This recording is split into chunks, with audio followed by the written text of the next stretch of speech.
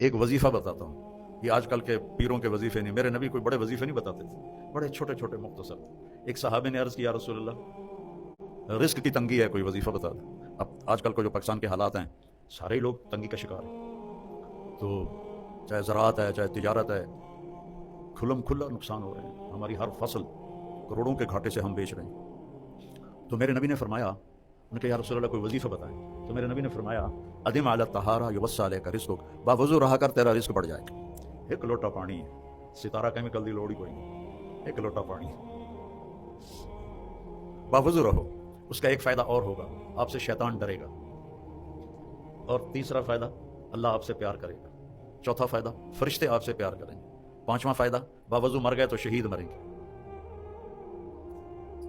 اتنی چیزیں اس وضو کے ساتھ جڑی ہوئی ہیں، تو پھر نماز پڑھنے کو بھی دی جائے گا۔ صرف وضو کے کرنے کی سستی سے بچے نماز چھوڑ دیتے ہیں، باوضو رہا کرو، اللہ رزق بڑھائے گا۔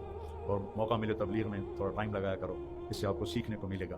قرآن کی تلاوت کرو، اپنے نبی کی زندگی پڑھو، بار بار پڑھو، اپنے نبی کی بیگمات کی زندگی آپ سب بچیاں پڑھو، وہ کیسی عورتیں تھیں جن کے بارے میں اللہ نے وہ کہہ دیا جو کبھی نہیں کہا کہ لا یحل لک النساء من بعد، میرے نبی یہ جو 9 آپ کی بیویاں ہیں ان کے اوپر آپ کوئی شادی نہیں کر سکتے، ولا ان تبدل بہن من ازواج، اور نہ ہی آپ کسی کو طلاق دے سکتے ہیں، یہ آپ کی دنیا اور جنت میں بیویاں ہیں۔ اتنا بڑا ان کو اعزاز ملا، تو ان کی زندگی پڑھو تاکہ آپ کے سامنے کوئی نمونہ تو ہو کے کرنا کیا ہے۔